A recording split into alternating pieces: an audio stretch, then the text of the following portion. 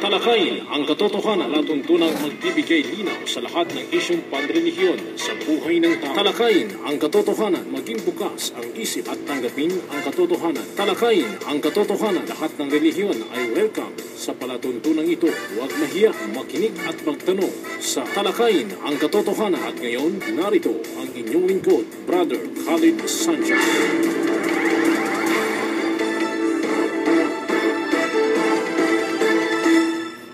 O kayong mananampalataya kay Allah at sa kanyang sugo at sa aklat na ipinanaog niya sa kanyang sugo at sa kasulatan na kanyang ipinanaog ng una, at sinuman ang hindi manampalataya kay Allah, sa kanyang mga anghel, sa kanyang mga aklat, sa kanyang mga sugo at sa huling araw, kung gayon, katotohanan siya ay napaligaw ng malayo. Quran chapter 4, ang aya ay 136. Ang bahaging ito ay hatid sa inyo ni Brother Omar Banaag at Sister Donabil Gari. Bismillahirrahmanirrahim. Qalu subhanaka la ilma lana illa ma'alamtana innaka antal alimul hakim.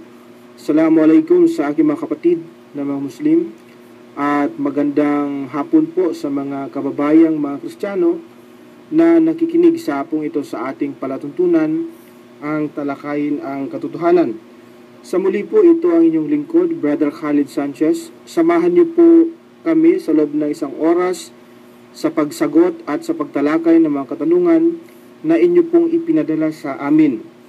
At kasama ko rin po sa hapong ito ang atin pong tagabasa na isa pong hafiz, isang taong naka-memorize po ng buong Quran from cover to cover, si Sheikh Morris Kabugatan. Ngunit bago po dyan ay nais ko po munang bigyang daan po yung ating panawagan, ang ating tanggapan, ang Mindanao People Dawah Association ay patuloy pa rin sa kanyang pamamahagi ng libreng Islamikong babasahin. Ang ating pong tanggapan ay matatagpuan po sa panulukan ng Ruales at Sinswat Street. Dito po yan sa lungsod ng Cotabato. Bukas po yan tuwing araw po ng Lunes hanggang Biyernes, alas 9 hanggang alas 5 po ng hapon.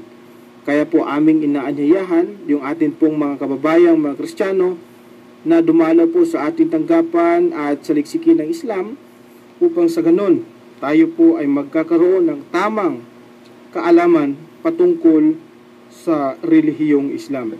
Ang branch po ng ating tanggapan ay matatagpuan naman sa Notre Dame Avenue. Dito po yan, harap po mismo ng Notre Dame University, Cotabato City. At ito pong ating palatuntunang pang radyo ay maaari na rin pong makita sa youtube.com. Ang gagawin po lamang ay i-search or i-type po yung aking pangalan, Khalid Sanchez. Doon po ay inyo makita ang iba't ibang paksa na atin pong tinalakay dito sa ating palatuntunan sa radyo. At of course, huwag nyo rin pong kalimutan na i-like yung aking pong Facebook fan page na Bro Khalid Sanchez, www.facebook.com/Bro Khalid Sanchez. Sa mga nais pong maging bahagi ng ating palatuntunan, maaari po kayong magpadala ng inyo pong mga katanungan. Ang atin pong hotline ay 0915-5063-652. Ulitin ko po, 0915-5063-652. Isa pa, 0915-5063-652. At binabati ko nga pala si Brother Omar Banaag at si Brother Abdullah Gayak po ng Cotabato Hardware. Kung kayo po ay may pangailangan sa construction materials, ano po, dyan na po kayo pumunta sa Cotabato Hardware. Yan po ay nasa Mabini Street. Dito po yan sa Cotabato City. Kayo ay nakatulong pa sa ating kapatid na Muslim At yan po ay bilang ano natin sa kanya, no? Bilang tulong natin. Kapwa Muslim, dapat ay tutulungan. Okay? So sa atin pong mga kababayan dyan, na kung saan ay patuloy na nakaantabay sa ating pong palatuntunan, inshallah po tayo ay magsisimula na. Ready ka na, Sheikh? No? Okay. Excuse lang tayo ng konti na medyo hindi ganun kaganda ang ating pakiramdam sa hapong ito, ngunit pilitin natin upang mapaglingkuran natin ang dakilang tagapaglikha. Mula po kay Texter 09 abroad pala ito 69966559830 Ang kanyang tanong ay ganito: Assalamualaikum Bro Khalid. Waalaikumsalam warahmatullah. Ako po si Iman Neri. Ang tanong ko po, kung ang isang Muslim na namatay at pinalibing katulad ng Christian, binalsa mo, hayaang ilang araw sa bahay, ano ang maipapayo ninyo dito? Hindi ito hindi ito bago, mga ganitong sistema. Maraming mga pagkakataon na ang isang Muslim ay na-embalm, no, kapag siya ay patay na, and then meron pang nailibing sa Christian cemetery. Maraming mga ganyang pagkakataon. Hindi po ito bago, lalong-lalo na doon sa mga bagong yakap na mga Muslim, sa mga balik Islam, na kung saan ay namatay sila at yung mga kamag-anak niya na mga Christian ang may hawak dito. So ang nangyari, Sheikh, abay siguradong yan, doon siya mailibing sa pamaraang Kristiyano. Kaya po, kung payo ang pag-usapan, siguro ang maipayo natin dito, Sheikh, ay kailangan yung mga kapatid nating mga Muslim na mga balik Islam, magkaroon sila ng tinatawag na last will, huling habilin. Halimbawa, kung alam nila na sila ay iyayao na sa mundong ito, dapat ay magkaroon sila ng habilin sa kanilang mga kamag-anak na kapag sila ay mamamatay sapagkat ang paniniwala niya ay sa Islam, ay dapat doon siya ilibing sa pamamaraang Islamiko. Ganun dapat yun. Para yung mga brothers na mga Muslim na naiwan ay merong panghahawakan. Di ba, Sheikh? Kasi mahirap kasi tayo na, halimbawa tayo, no? Papasok tayo sa eksena. Alam natin na yung namatay, kapatid natin sa Islam, at alam natin na karapatan niya na mailibing sa Islamikong pamamaraan. Ngunit, hindi natin siya kamag-anak. Sa pananampalataya lang, magkakapatid tayo. Of course, yung immediate family niya, katulad ng anak niya, tatay, nanay niya, na siyang pinakamalapit sa kanya, kadugo niya, yun talaga ang hahawak doon. Ngayon, maku-question ka pa kung bigla kang papasok sa eksena at sabihin mo na Muslim yan, lilibing namin yan. Ngayon, questionin ka ng kamag-anak, bakit? Anak ka ba? Kapatid ka ba? Kami ang mahigit na karapatan dito dahil kami ang kadugo niya. Di ba? So kung meron kang iniwang huling habilin, last will, pinirmahan mo ito, at least kahit paano, meron tayong panghahawakan. Merong panghahawakan na ito yung kanyang huling habilin ni Brother Khalid. Kapag siya raw ay mamamatay, ang magpaligo sa kanya, Sheikh Morris. Maglilibing sa kanya, Sheikh Morris yan. Yun ang maging panghawakan ng mga kapatid natin mga Muslim. So, legal, lalo pat ipapa-notarize niya yung Sheikh, diba? Maging legal document yun. So, hindi tayo yung mga Muslim doon, kapag sila ipapasok sa eksena, hindi sila mapapahiya. Yun ang mabuting advice doon. Kasi kung itatago na ito, hindi siya gagawa ng ganong last will and testament, abay talagang mailibing yun sa ganong pamaraan, hindi sa Islam. Kawawa naman siya. Kasi karapatan ng isang Muslim yan, kapag siya mamamatay, na dapat ay doon siya mailibing sa Islam na pamamaraan. Kasi Muslim nga siya no? So, yung pag-imbalm sa kanya, ang Allah na lang ang nakakaalam doon siya. Kasi nga, na-embalm naman din. No? So, yun po ang advice namin. Advice namin ni Sheikh doon sa mga bagong Muslim na kayakap lang sa Islam. Doon naman sa mga Muslim na, abay, may pagkakataong ganun siya. Sa mga Maguindanao na, yun ang masakit naman. Kasi, siguro baka nag-Christian yun. Kaya na-embalsa mo. No? Mga Maranao na nung namatay, abay, ipinasok sa kabaong, di-embalsa mo, baka nag-Christian yun. Or ano ba ang naging doon, sitwasyon sa kanya. Hindi natin masabi. So, yun po. Anyway, advice lang naman ang hinahanap niya, Sheikh. Yun po ang pinakamabuting advice na sa tingin ko ay kailangan gawin niya. Magkaroon siya ng huling habilin bago siya mamamatay. Na siya ay dapat ilibing sa pamaraang Islam.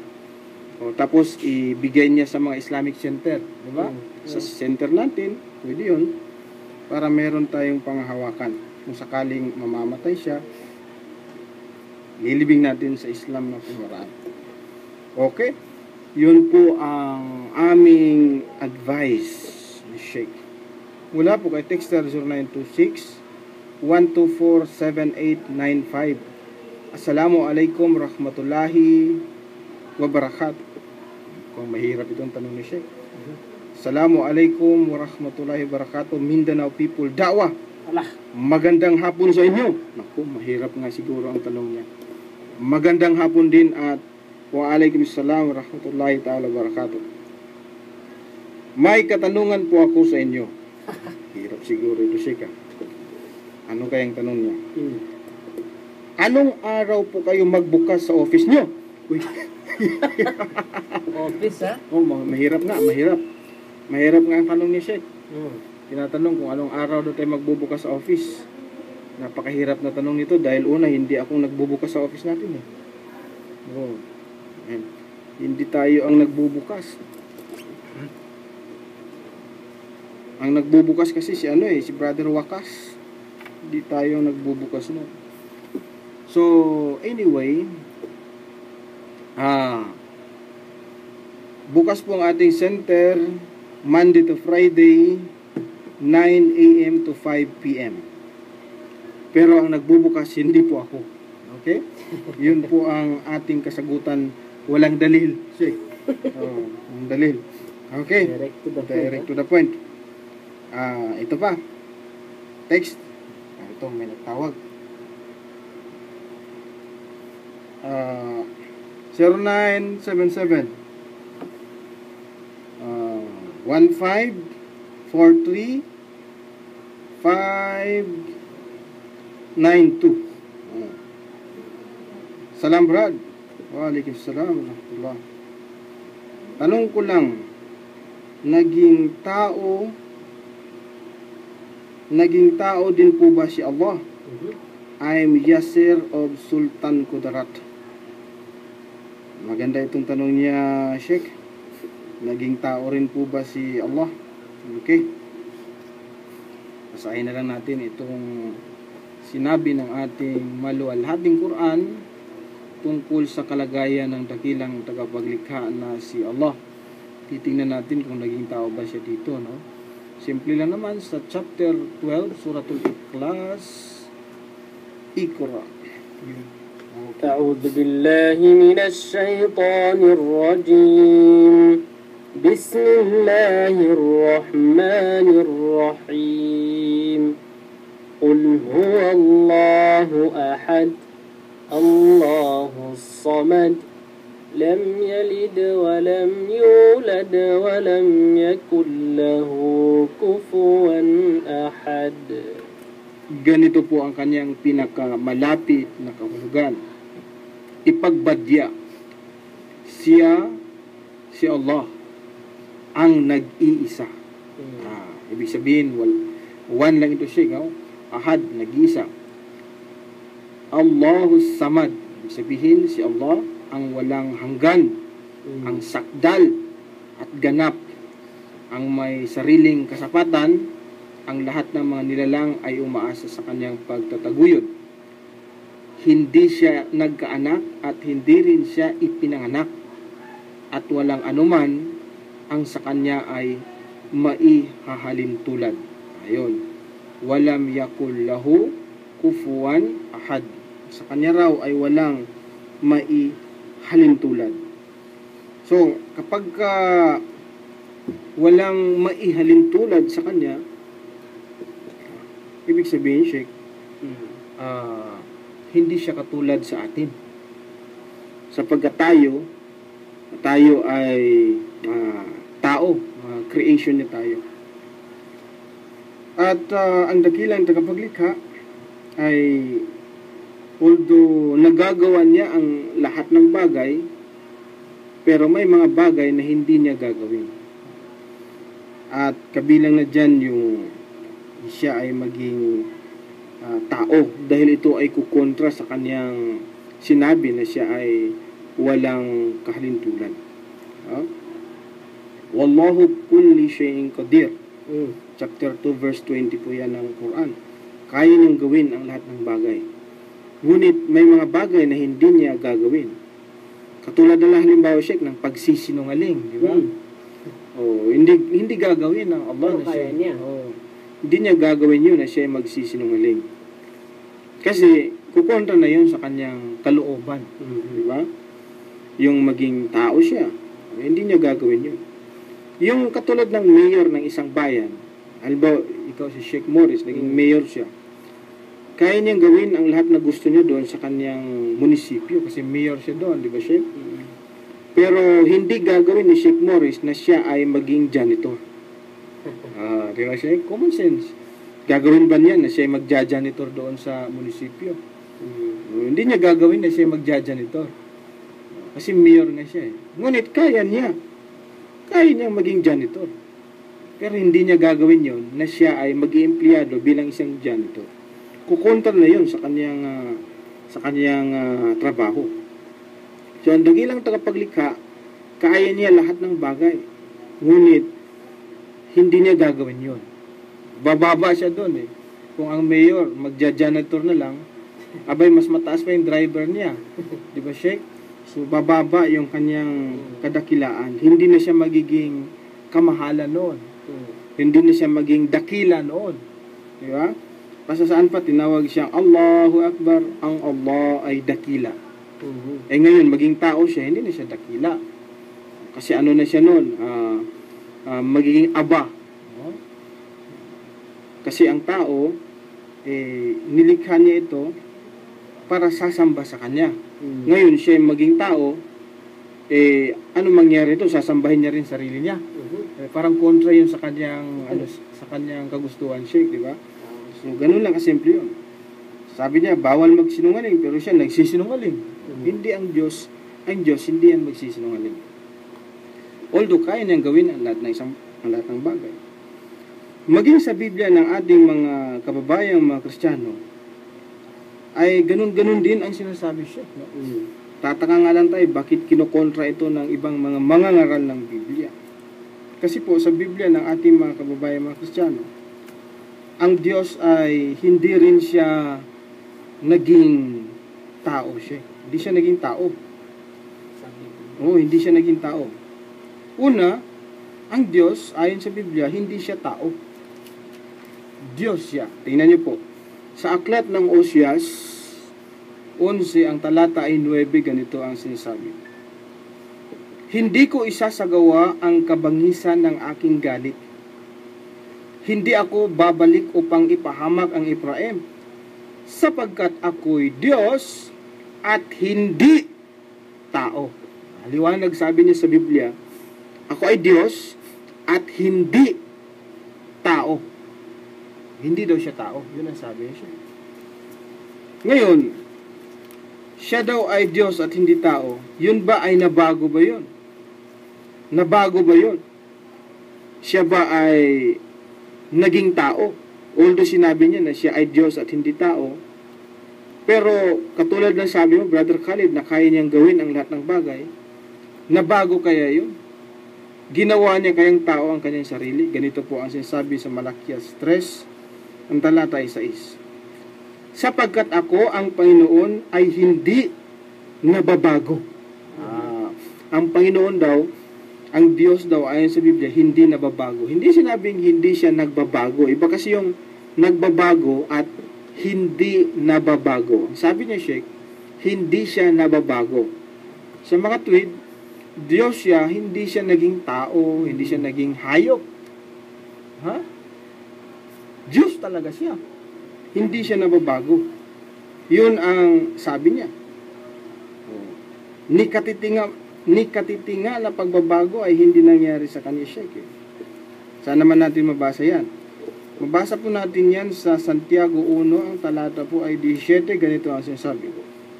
Ang bawat mabuting kaloob at ang bawat sakdal na kaloob ay pawang buhat sa itaas, na bumababa mula sa Ama ng mga ilaw, na walang pagbabago ni kahit anino man ng pag-iiba. Tingnan, maliwanag. Kahit anino ng pag-iiba, wala sa kanya. Walang pagbabago. Sa mga tweet, ang tanong ng ating sister na siya ba ay naging tao? Hindi po nangyari yun. Na siya ay naging tao dahil nga siya ay Diyos, hindi tao, hindi rin siya nababago. Alam mo, Sheikh, itong chismis na ang Diyos daw ay titira sa lupa, maging tao siya. Actually, matagal na itong chismis na ito at sa panahon pa lang ni Haring Solomon, narinig na niya ito, Sheikh, ngunit siya mismo ay na nagulat siya at nagbigay siya ng kanyang declaration. Tingnan mo sa panahon ni Solomon, narinig niya ito. Sa unang hari, kabanata po 8 at ang talata ay 27, ganito ang sinasabi. Ngunit katotohanan bang tatahan ang Diyos sa lupa? Tanong niya, Sheikh. Totoo daw ba na ang Diyos ay titira sa lupa? Sabi niya. Anong sabi ni Solomon? Sabi niya, narito, sa langit at sa langit ng mga langit ay hindi ka magkasya. Gaano pa sa bahay na ito na aking itinayo? Sabi ni Solomon, totoo daw ba na ang Diyos ay titira sa lupa? Sabi ni Solomon, kahit nga sa langit ng mga langit, langit at sa langit ng mga langit. Ilang langit? 3 langit ang binabanggit na siya. Sa langit at sa langit ng mga langit, sabi niya, hindi raw siya magkasya. Ibig sabihin, napakalaki niya, no? Kaya nga, akbar Allahu Akbar, malaki. Hindi siya magkasya. Sa langit daw ng langit at mga langit, sabi ni Solomon, hindi siya magkasya. Paano pa kaya kung sa lupa siya titira? Kaya ang Diyos, imposible na siya ay pupunta sa lupa, titira siya dito, maging tao siya. Yung pong aral na ang Diyos ay naging tao, yan po ay maling aral po yan. Yan po ay imbentong aral, panliligaw po yan sa tao. Kaya po ang tao, kung siya po ay naghahanap ng tamang aral, tamang doktrina, iwasan niya. Tanggalin niya sa sarili ang paniniwala na ang Diyos ay naging tao. At ito na ngang si Kristo. Mali po na aral yan. Maging si Kristo, hindi nagpakilala na siya ay Diyos. Yan po ang aming kasagutan sa isa pong texter natin na nagtanong. Mula po kay texter 0915-699-4477. Salam po, Bro Khalid. Waalaikumsalam. Ano po ba ang sinasamba ng mga kasapi ng Iglesia ni Cristo sa INC? May founder bang sinusunod? Malupit po sila. Syukran. Nailin Ali Diok ng Bagwados. Dapat Iglesia ni Cristo ang sasagot nito, Sheikh, no? Kasi ang tanong kung ano raw ang sinasamba ng Iglesia ni Cristo. Dapat sila sasagot sana nito. Pero anyway, abay, ang sinasamba nila si Cristo. Yun ang malinaw doon. Hindi daw nila kinikilala na Diyos, pero sinasamba naman nila ito, tinatawag naman nila itong Panginoon. At yung Ama daw ni Cristo. Sinasamba rin nila yun. Pati yung Espiritu Santo, ganun din. Sa tanong mo na meron ba silang founder, ang founder nila si Felix Y. Manalo. Yun ang founder ng kanilang relihiyon. At itinatag ito noong 1914 dito sa Pilipinas yan. Kiniklaim nila na si Felix Manalo raw ang huling sugo, Sheikh. Huling sugo. Pero kapag buklatin mo naman ang Biblia from cover to cover, wala ka namang mabasa dyan na sinasabi na si Felix Manalo ang huling sugo. Kahit yung salitang Felix Manalo, hindi mo mabasa sa Biblia yun. Walang Felix Manalo dyan. Walang sinasabi dyan na siya ang maging huling sugo. Wala. Ni hindi nga kilala ng mga propeta yan eh. So sa kanila lang po yan. Inimbento nila na aral yan. Inimbento po nila ng mga doktrina yan. Kanilang ipinangaral sa tao.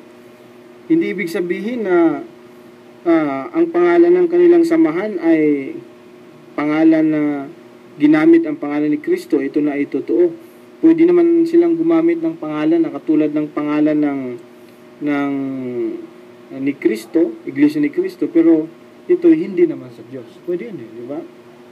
Kahit yung pangalan ni Sheikh, pwedeng gamitin ko. Ang pangalan ko ay si Morris Kabugatan, pero hindi naman talaga ako si Morris Kabugatan. Parang ganon. So, peke. Ganon yun. Huwag sanang magagalit yung ating mga kababayang Iglesia ni Cristo, kaanib. Ngunit ang katotohanan po, kayo po ay niloko ng mga ngaral ng inyong relihiyon sa pagpapakilala na ito ay itinayo ni Kristo. Pero kung titingnan niyo po ang Securities and Exchange Commission, yung SEC, yan po ay nakapangalan kay Felix Manalo, founder ng relihiyong yan, at hindi po si Kristo. Yun po ang katotohanan noong 1914. Okay. Mula po kay Texter 0915-929-3954. Ano po ang dapat na iparusa sa panggagahasa? Ano na ito, Sheikh? Iba na yan, ha? Ano raw ang dapat na ipaparusa sa panggagahasa? Rape. Rape. Yung pong panggagahasa, no? Depende po yan sa kapag ang pag-usapan natin ay yung elemento ng crime. Kasi meron kasing element of crime. Yung isang krimen, may establish mo kung anong uring crime yan kapag andyan yung mga element of crime. So, kailangan na importanteng ma-establish yan. So kapag ma-establish niya, halimbawa, panggagahasa, no? Sa atin pa naman, Sheikh, mahirap patunayan yung ganyan dahil kung hindi aaminin ng isang suspetsado na siya ng gahasa, abay kailangan mag-produce ng 4, di ba? Na saksi. Mahirap patunayan yung ganyan kasi kailangan yung 4 na saksi. Kailangan mag-produce ka ng 4 na saksi. Sapagkat yun po ang sinasabi. Saan po mabasa yan? Yan po ay sa Suratul Nisa. Ang talata po ay 15. Ganito po ang sinasabi. Ikra. A'udhu billahi minash shaitanir rajim. Wallati ya'tina al-fahishata min nisaikum fastashhidu alayhinna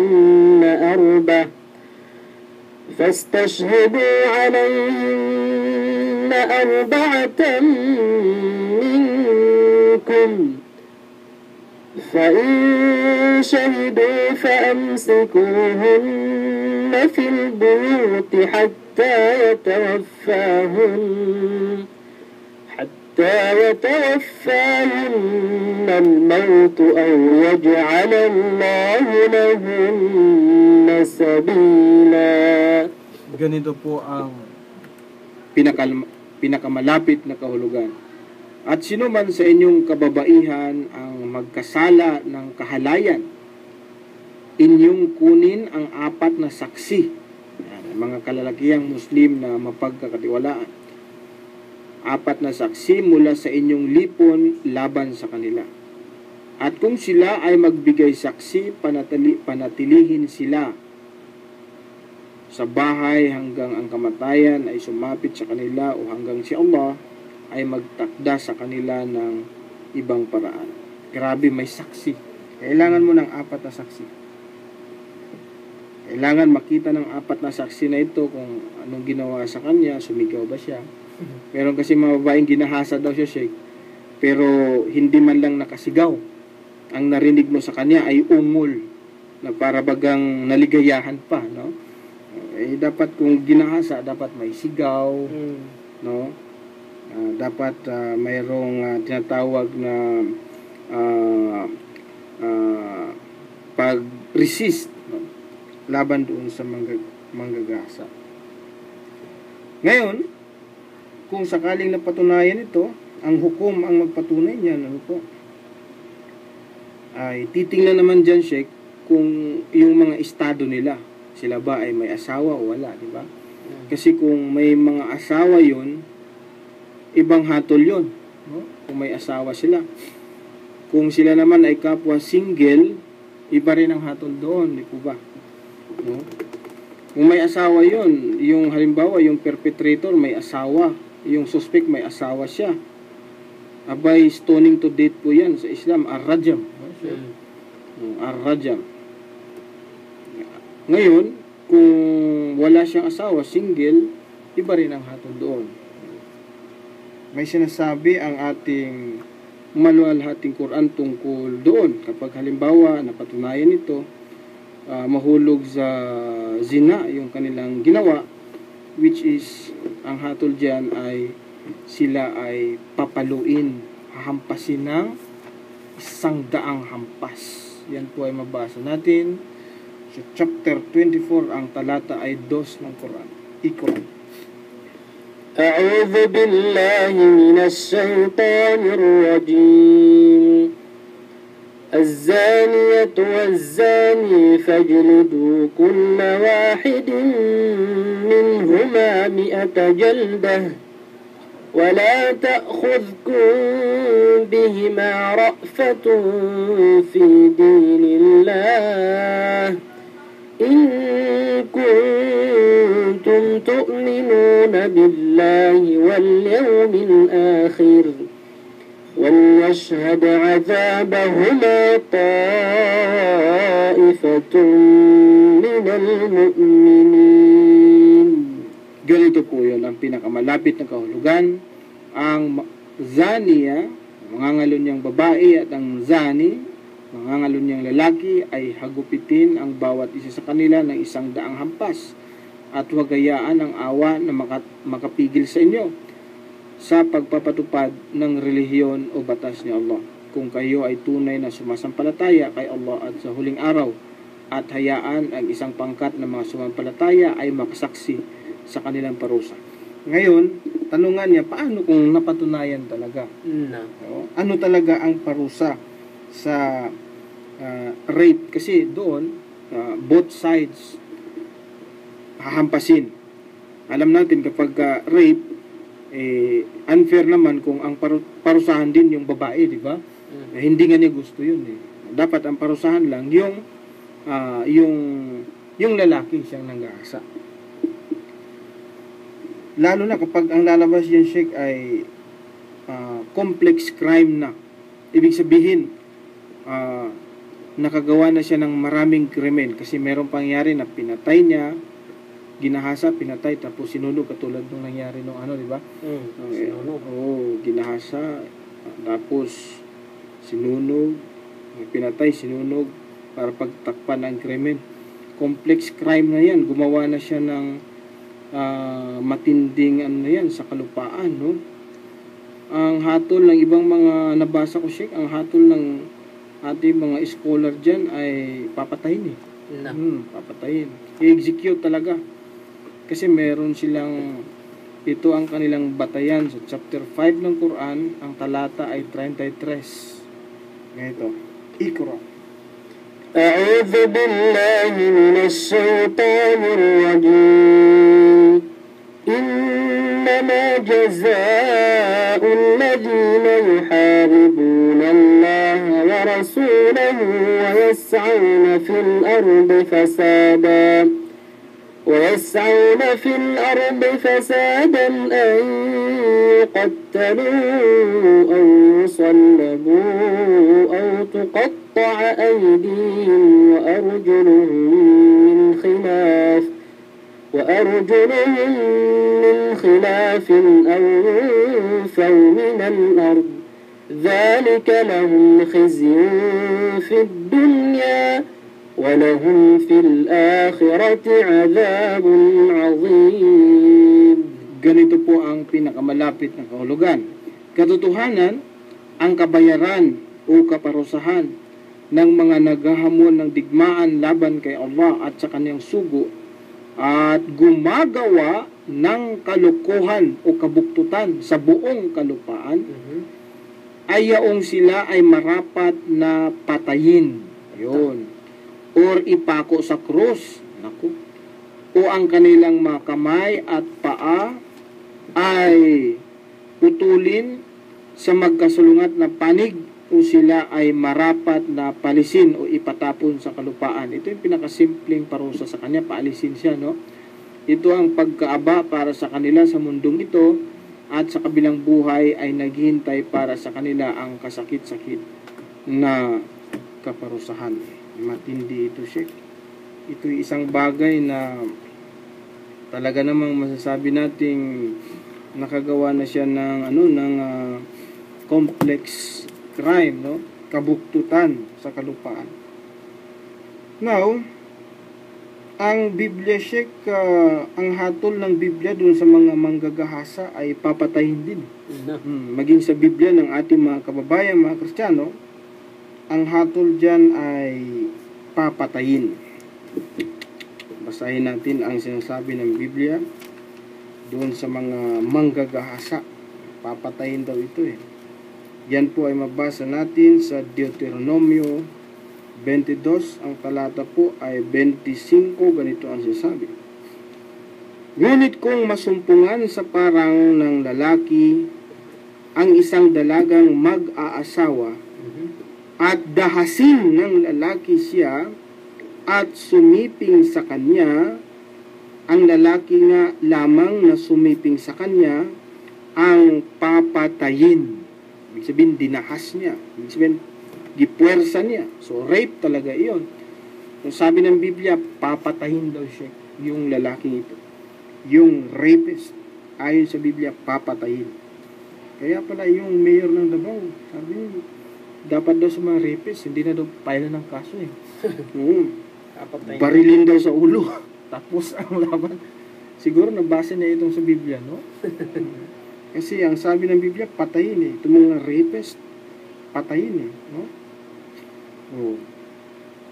Abay, dapat lang talaga kasi para hindi pamarisan. Masakit yun. Halimbawa, nangyari sa pamilya mo yan, no? So,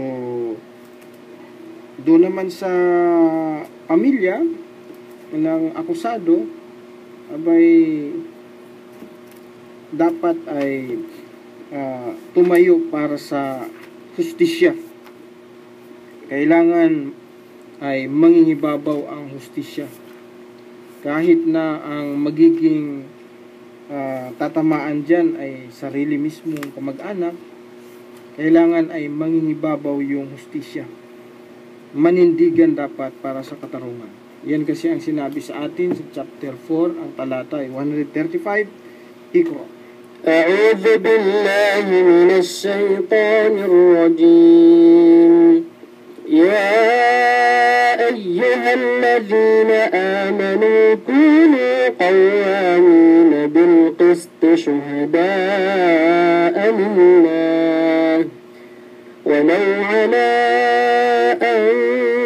أنفسكم أو الوالدين والأقربين إن يكن غنيا أو فقيرا فالله أولى بهما فلا تتبعوا الهوى أن تعدلوا وإن تلووا أو تعرضوا فإن الله كان بما تعملون خبيرا. Sa kanyang pinakamalapit na kahulugan, o kayong mananampalataya, manindigan kayo ng matatag sa katarungan bilang mga saksi kay Allah. Kahimat ito ay maging laban sa inyong sarili, o sa inyong magulang, o sa inyong kamag-anak. Kahimat anuman ang kalagayan ng tao na inyong nasasaksihan, maging mayaman man siya o mahirap. Si Allah ay higit na karapat-dapat na tagapangalaga sa kanila. Yun. Kailangan you should stand out for justice. Pero ang final na mag-decide dito siya kapag ganitong pinag-usapang mga penalty, ang hukom talaga. No? Kasi merong mas malalim silang pag-aaral doon, yung hukom, no? Yung judge, siya ang maglalatag ng hustisya ng penalty. Siya. Itong sa atin, kumbaga parang overview lang ito. Pero yung hukom talaga, yung qadi ba? No? Qadi. Yung hukom sa Islam, judge, siya ang nakakaalam, higit na nakakaalam kung ano yung tunay na ipaparusa doon sa rapist ayon sa kanyang sa kanilang napag-aralan sa Islamic jurisprudence, Sharia. Kasi sila ang expert doon. Kasi may mga ibang elemento pa na tinitingnan dyan. Maaring yung isang rapist sa Islam ay hindi na siya papatawan ng kamatayan. Kapag halimbawa magkasundo sila na puro single at asawahin din, di ba? Hindi naman dapat kasi equal yung penalty doon sa crime, di ba? O crime and then penalty is equal sila. So anyway, Allahu alam, higit sa lahat ng bagay ang dakilang tagapaglikha ang nakakaalam nito. Yun po ang aming maliit na naabot ng aming karunungan sa pagsagot ng katanungan na ito. Mahirap kasi panghimasukan itong ganito, Sheikh, kasi ito, isang kurso talaga ito sa pag-aaral Sharia, no? Yung tungkol sa mga penalty sa mga krimen na nagawa. Anyway, dito tayo sa ating specialty na comparative. Okay.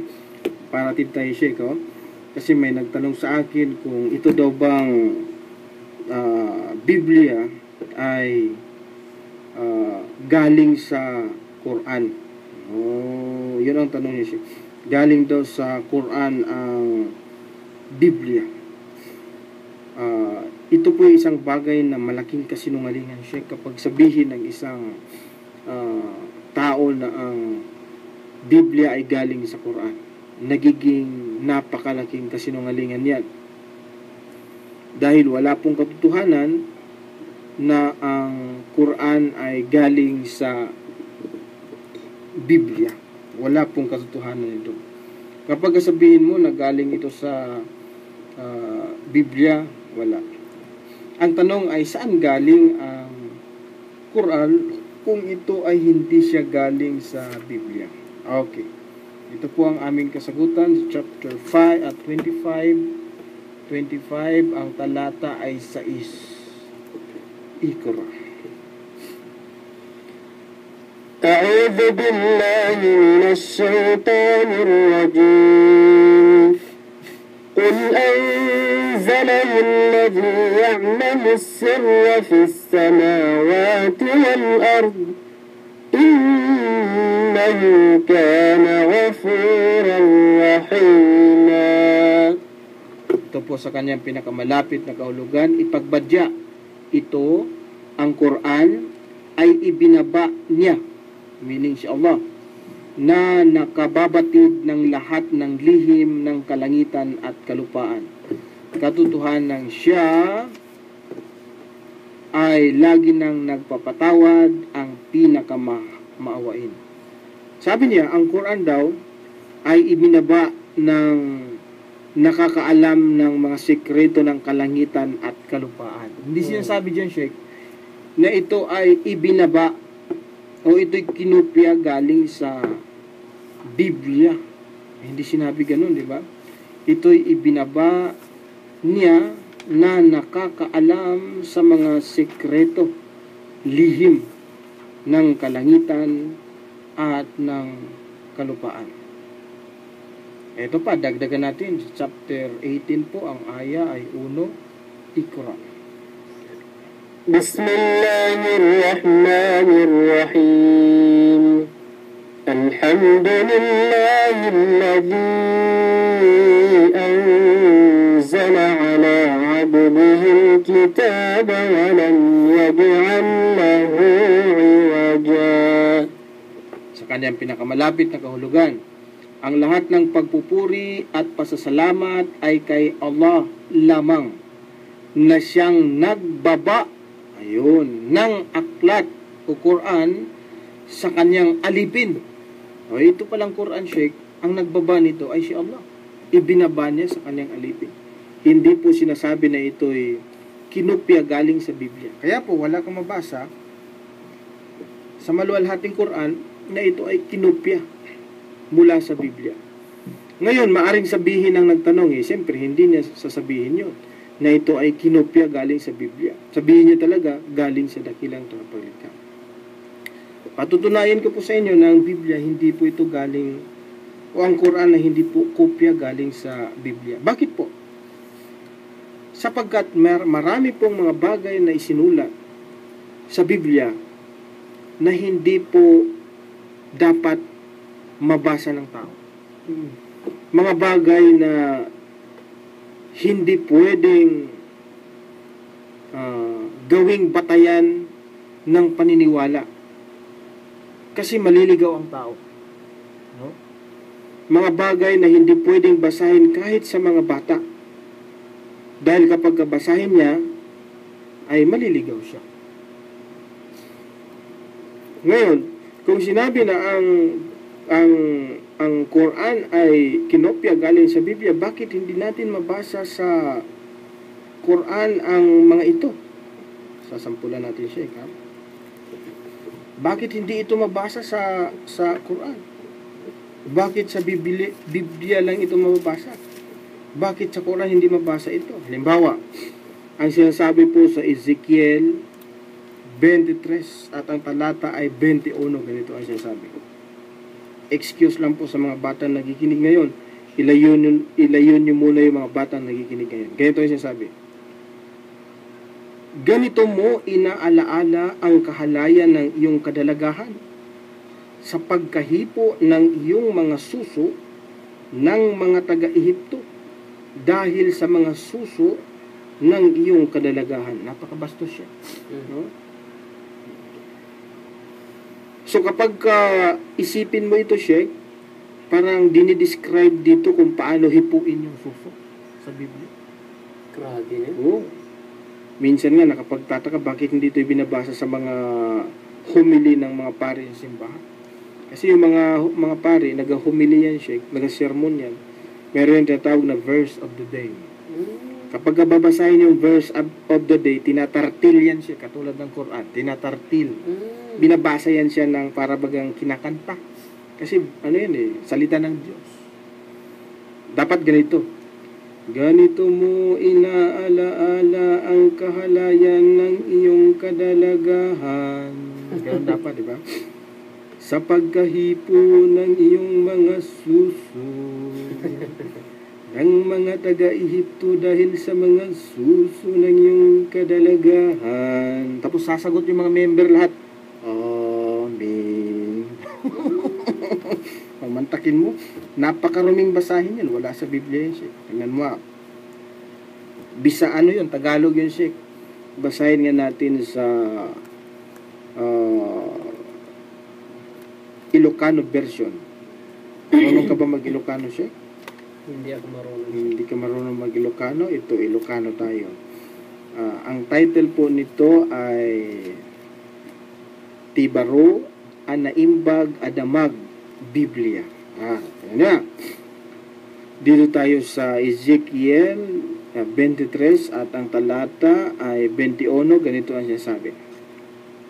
O huliba, kayat mo nga aramidin manin ti kinabalangkantis mo idi adda ka idi ay Ehipto idi impalubos mo nga abalbalayin dagiti lalaki dagiti susum. Naku, susum na ang pinag-usapan.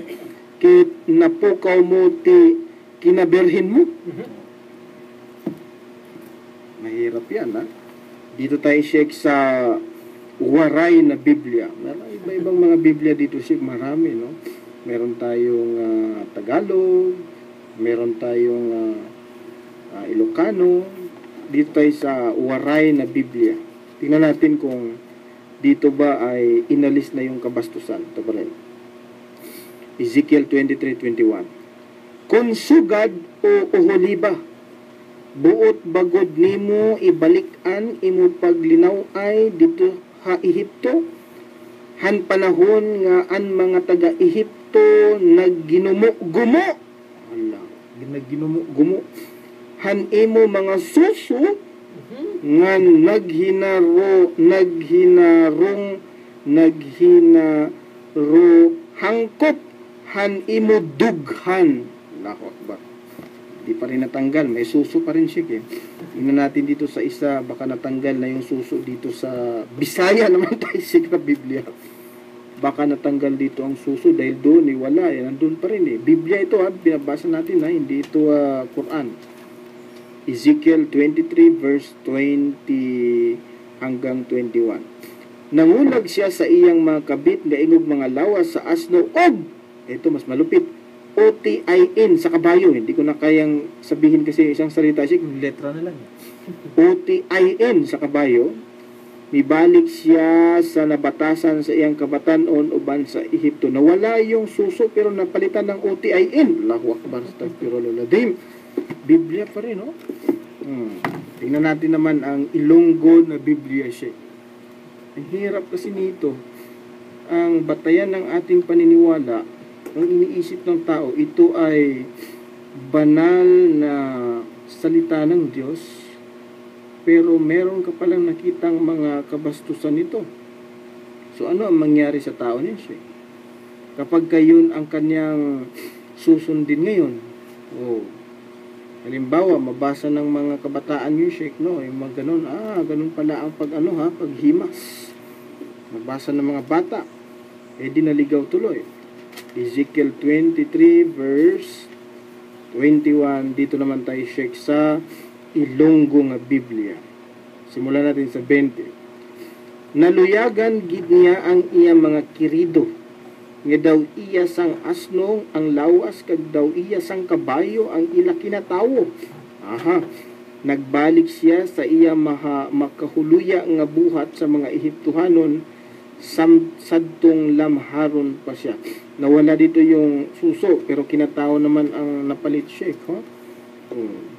Tapos ano-ano pa. Naku. So yan po ang sinasabi ng Biblia. Kung ang bagay na yan ay sinasabi mo na ang Quran ay galing sa Biblia, hindi po. Sapagkat may mga bagay po dyan na sobra ang kabastusan niya. Yun nga lang nabasa natin siya, di ba, yung OTIN na sinasabi ng Biblia. Abay, hindi po ito akma. Hindi po tama na ito ay mabasa ng sinumang taong naghahanap ng kaligtasan. Taong naghahanap ng gabay sa kanyang pananampalataya. Mabasa niya dito yung mga gikumot-kumot at saka yung mga gipang-ugay-ugay, Sheikh, na yung mga OTIN na sa Biblia. Abay, ang hirap po niyan kapag yan ang maging batayan ng paniniwala mo, tiyak po na ang isang tao ay maliligaw. Kaya po sa aming palatuntunan, kami po ay naghahayag lamang ng mga bagay na makakatulong sa atin. At kayo po ay aming inaanyayahan na dito po tayo sa isang aklat na wala pong kabastusan. Sa isang aklat na nag-aanyaya sa tao para sa kaligtasan. Yan po ay walang iba kundi ang maluwalhating Quran. Dito po sa Quran, wala kang mabasa dito, Sheikh, na mga suso, mga gihimas-himas, UTIN, wala po dito yan, no? Sapagkat ito po ay tunay na banal na aklat, galing sa dakilang tagapaglikha, hindi po kinopya galing sa Biblia. Wala kang mabasa dito na anumang kabastusan. Ang mababasa mo dito ay panay mga pangako ng dakilang tagapaglikha doon sa mga taong mananampalataya at gumawa ng kabutihan. Nang pangako sa kanila ay paraiso. Sa Quran po, wala pong pag-aalinlangan. Kapag ka ikay maniniwala dito, hindi ka po mag-aalinlangan na ito ay gawa-gawa ng tao. Pagbuklat mo pa lang sa unang cover po o sa unang mga talat o unang mga pahina ng Quran, ang unang mabasa mo kaagad ay Dhalikal kitabu la rayba fi hudan lil muttaqin. Ito ang aklat na walang pag-aalinlangan. Wala talagang pag-aalinlangan. Ang tunay na patnubay sa mga may pangangamba kay Allah. Samantala sa Biblia, pagbuklat mo pa lang, Sheikh, mag-aalinlangan ka na. Ito ba ay talagang salita ng Diyos? Bakit ang Diyos nagsasabi ng mga suso? UTIN sa Biblia. Kabastusan yun. Sabihin mo yan sa national TV o radio, di ba, maban ka, hindi ka na makapag-program. Dahil tunay pong hindi ka aya-aya, hindi magandang pakinggan. Pang for adults. Pang for adults. O ito pa, sasampulan pa natin. Biblia pa rin tayo, ha? Yun pong nangyari kay yung palang salitang tinatawag na onanism sa Biblia. Alam ito ng mga nag-aaral sa nursing. Ito yung tinatawag na coitus interruptus, yung tinatawag na paghugot, hugot, withdrawal. Ito pala ay nasa Biblia.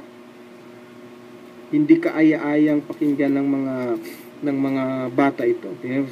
Sa aklat po ng Genesis 38, ang talata ay 8 hanggang sa 9. Tingnan niyo po. Take note niyo po, may Biblia kayo dyan, pwede niyo basahin. At sinabi ni Huda kay Unan, sumiping ka sa asawa ng iyong kapatid, at tuparin mo sa kanya ang tungkulin ng kapatid ng asawa. At ipagbangon mo ng binhi ang iyong kapatid, at nalalaman ni Onan na hindi magiging kanya ang binhi, at nangyari na pagkasisiping siya sa asawa ng kanyang kapatid, ay pinatutulo niya sa lupa na huwag lamang niyang bigyan ng binhi ang kanyang kapatid. Napakasamang pakinggan, Sheikh, no? Pinatutulo. Tumulo tuloy yung aking ilong natin. Pinatutulo. Ang tawag dyan is onanism, no? Sa Biblia. Ano yung pinatutulo na yun? Bakit may sipingan na nangyayari? Ganun ang sinasabi ng Biblia. At marami pa yung tungkol kay Lot, di ba? Nakipagtalik sa kanyang dalawang mga anak na babae. Lahat ng ito ay mababasa natin sa Biblia, mga bagay po na hindi naman makatulong para sa ikaliligtas ng tao. Hindi makatulong para ang tao ay magabayan sa kanyang kaluluwa. Magabayan ang kanyang kaluluwa para sa kaligtasan niya. Hindi makatulong sa kanya. Bagkus ang makuha niya ay parang nagbabasa siya ng bold na comics. No? Na kapag ipagpatuloy niya ito sa pagbabasa, abay iba ang magiging katapusan ng pagbabasa niya. No? Iba ang magiging katapusan nito. Kaya nga, napakasamang isipin. Sa atin pong palatuntunan, kami po ay hindi po magsasawa na mag-aanyaya sa ating mga kababayan po, lalong-lalo na doon sa mga nagsasaliksik ng relihiyon, na yakapin po ang relihiyong Islam sapagkat nandito po ang kaligtasan ng tao. Na basahin po ang maluwalhating Quran sapagkat ito po ang tunay na gabay ng tao para sa kanyang kaligtasan. Yan po ang gusto naming ipaabot sa inyo. Wala po kaming intensyon na sirain po ang anumang relihiyon o di kaya ay manira ng Biblia sapagkat wala namang dapat sisirain sapagkat binabasa lang natin. Wala nang walang sisirain doon sa sirana. Binabasa lang po at ang lahat ng ito ay maaring i-double check ninyo sa mga Biblia ninyo upang sa ganon ay kayo rin ay makita ninyo yung tinatawag na kaibahan. Sa amin pong palatuntunan, nagtatalakay lamang po kami ng mga bagay na makatulong para sa ating kaligtasan. Nawa po, ang palatuntunan ito ay makatulong sa inyo sa paghanap ng tunay na pananampalataya, tunay na relihiyon, para po sa ikakatatag ng ating kaluluwa, sa ikaliligtas ng ating kaluluwa sa kabilang buhay. At kapag may mga katanungan po kayo, huwag po kayong mahiya na magtanong sa amin. At sa mga nagtanong po na hindi pa nabasa ang kanilang mga katanungan, inshallah sa mga susunod na palatuntunan, sikapin po namin na ito ay matugunan upang sa ganon ay magkaroon kayo ng malinaw na sagot doon sa inyong mga tanong na bumabagabag sa inyong puso at isipan. Wala na tayong oras, Sheikh. Maraming salamat kay Sheikh Morris Kabugatan at sa lahat na mga kababayan natin at kapatid na nakikinig sa ating palatuntunan. Nawa po ang gabay ng dakilang tagapaglikha ay sumainyo. Pagpalain nawa kayong lahat ng dakilang tagapaglikha. At hanggang sa muli po, ito ang inyong lingkod, Brother Khalid Sanchez. Assalamualaikum warahmatullahi wabarakatuh. Ang inyong pong napakinggan ay isang bayad na programa.